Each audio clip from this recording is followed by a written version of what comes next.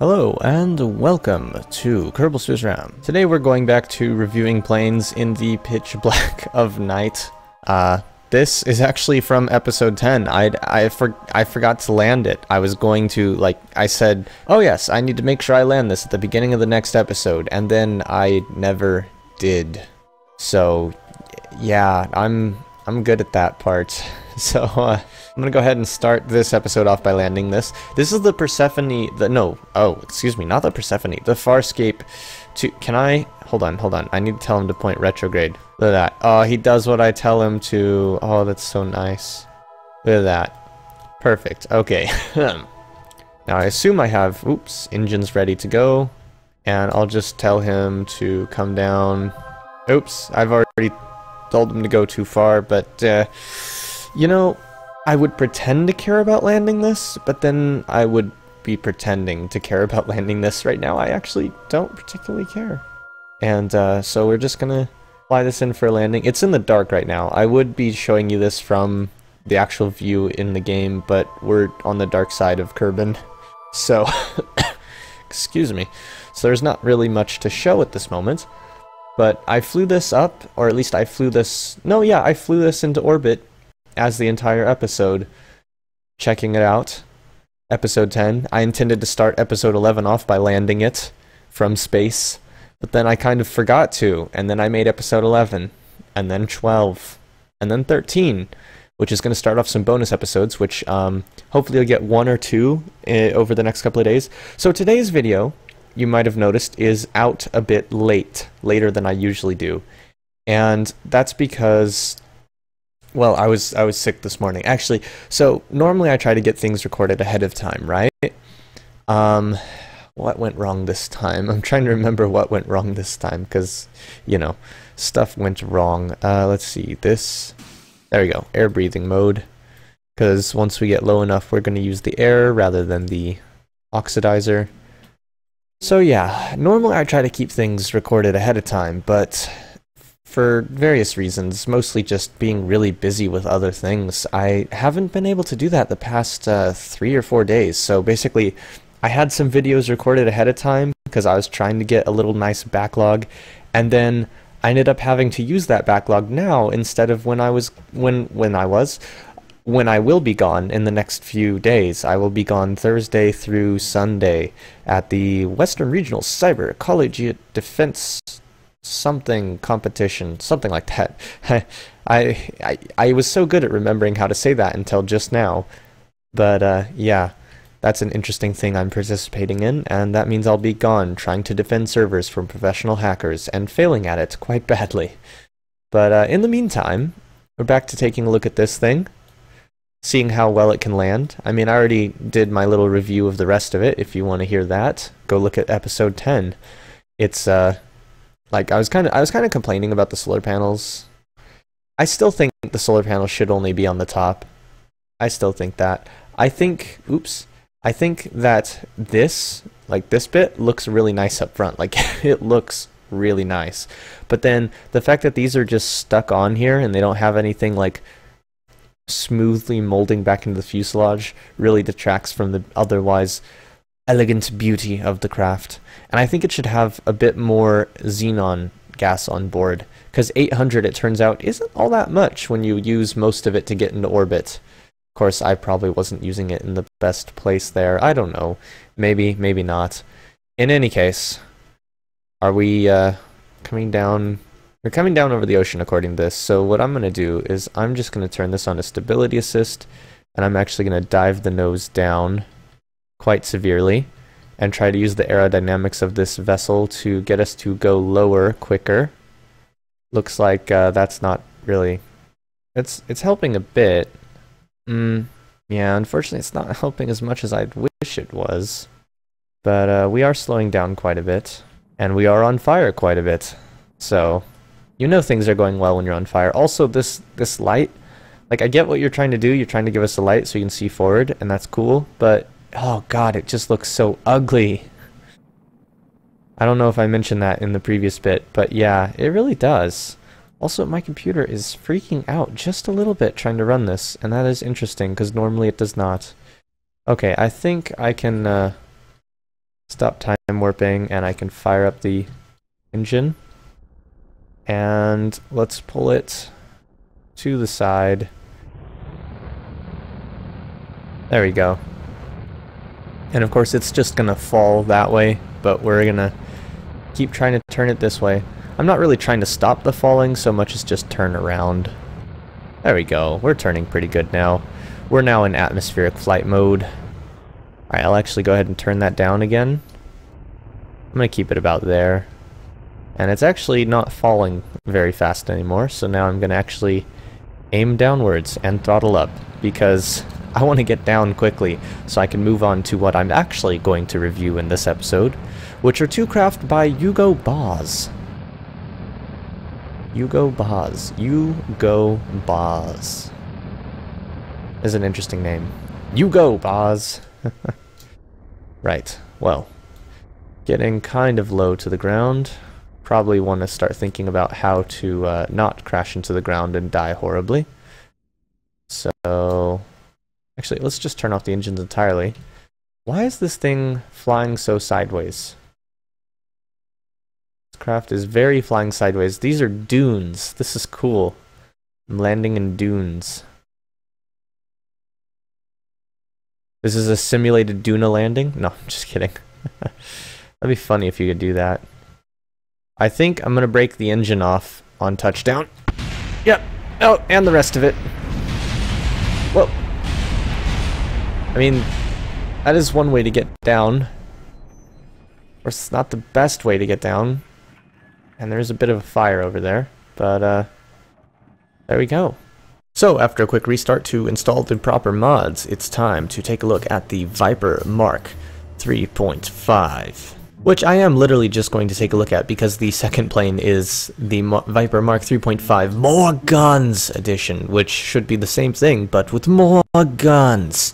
So I actually want to fly that, but I'll take a look at this one first to say that your center of lift is in front of your center of mass, which could lead to problems.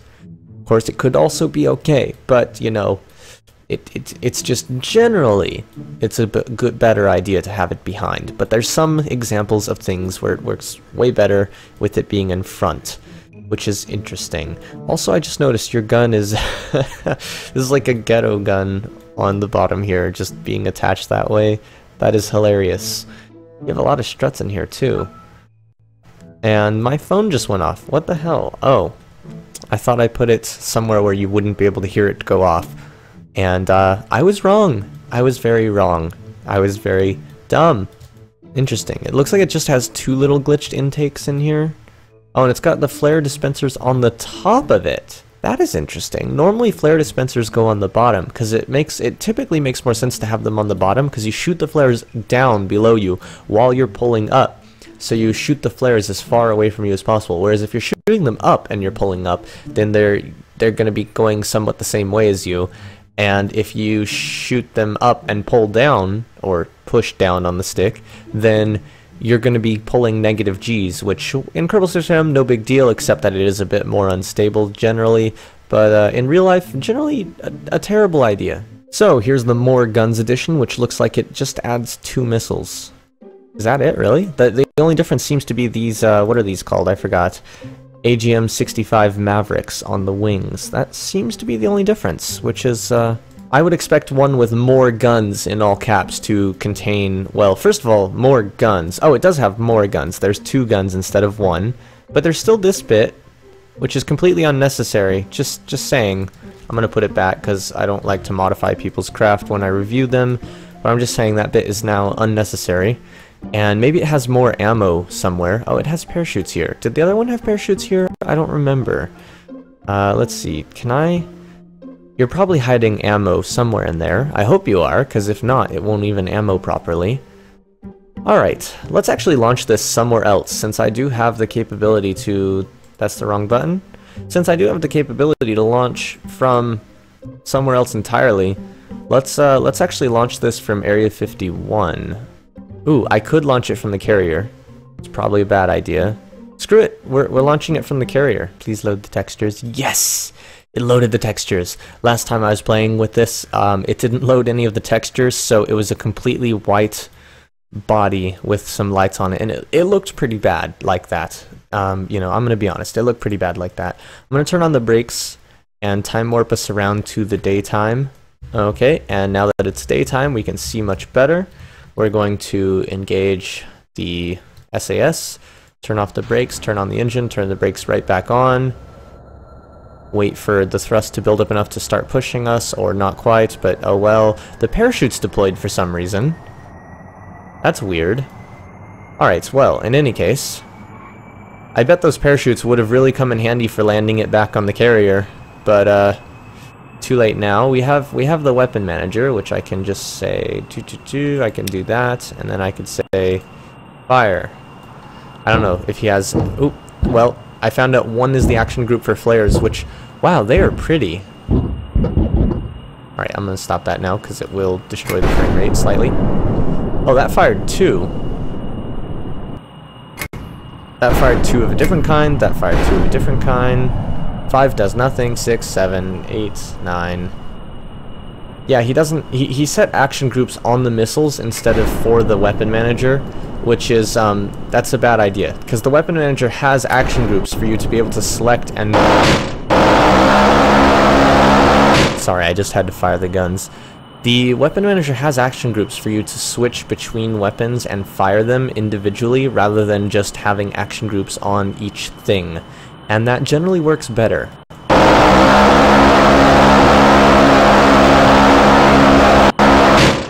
But I won't complain about your choice of guns, because, you know, guns. But yeah, it flies pretty nice. It's not the most maneuverable thing. I'd prefer it had more maneuverability. But it looks nice. I just noticed that those are countermeasure pods on the wingtips, and it flies fairly nice. I'm going to go ahead and try to land it on the carrier now.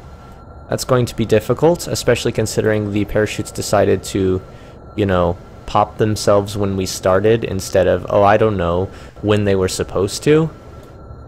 So yeah, that's going to be interesting.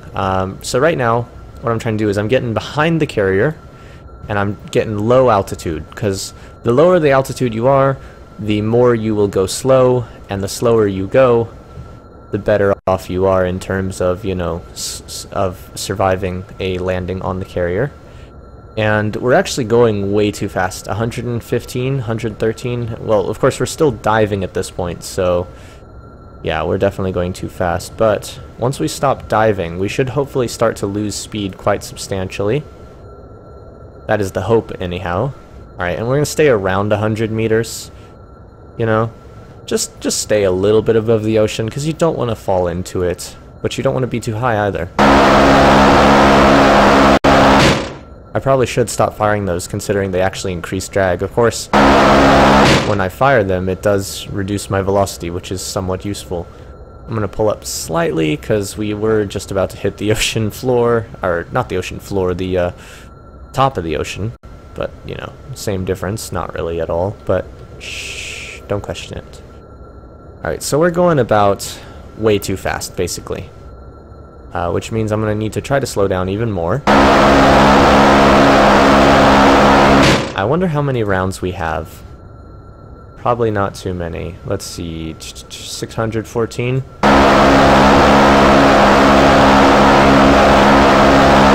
So we haven't used all our ammo just yet, just most of it.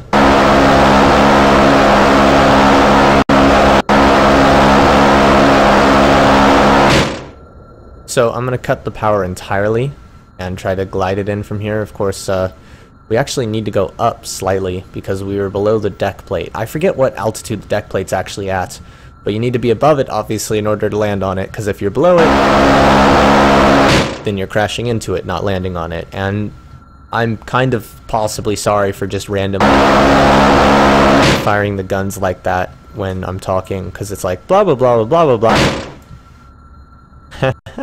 I only had like a couple rounds left, so it's like eh. Alright, I'm actually going to enable the brakes. I'm going to have myself ready to fire the engines up if I need to at any moment. And basically, we're pretty well lined up. We're going slow enough, I think we'll be okay. Yeah, I think we're doing just fine actually on this approach. Unless I'm just a little too low, because I don't remember, like I said, I don't remember what altitude that plate is actually at. I keep calling it a plate. I don't know if that's really the appropriate term. I don't think it is. Oh, there we go. We're just above it, and touchdown. Oops, and come on, don't roll over. There we go. And that is how you land on a carrier. Thanks for watching. I know this is, well, actually it's not too short an episode because I did that other landing bit first. So yeah, thanks for watching. As always, see you in space. This mod is called Curb Inside, by the way, the one that adds this carrier. And you should check it out because it is an awesome mod.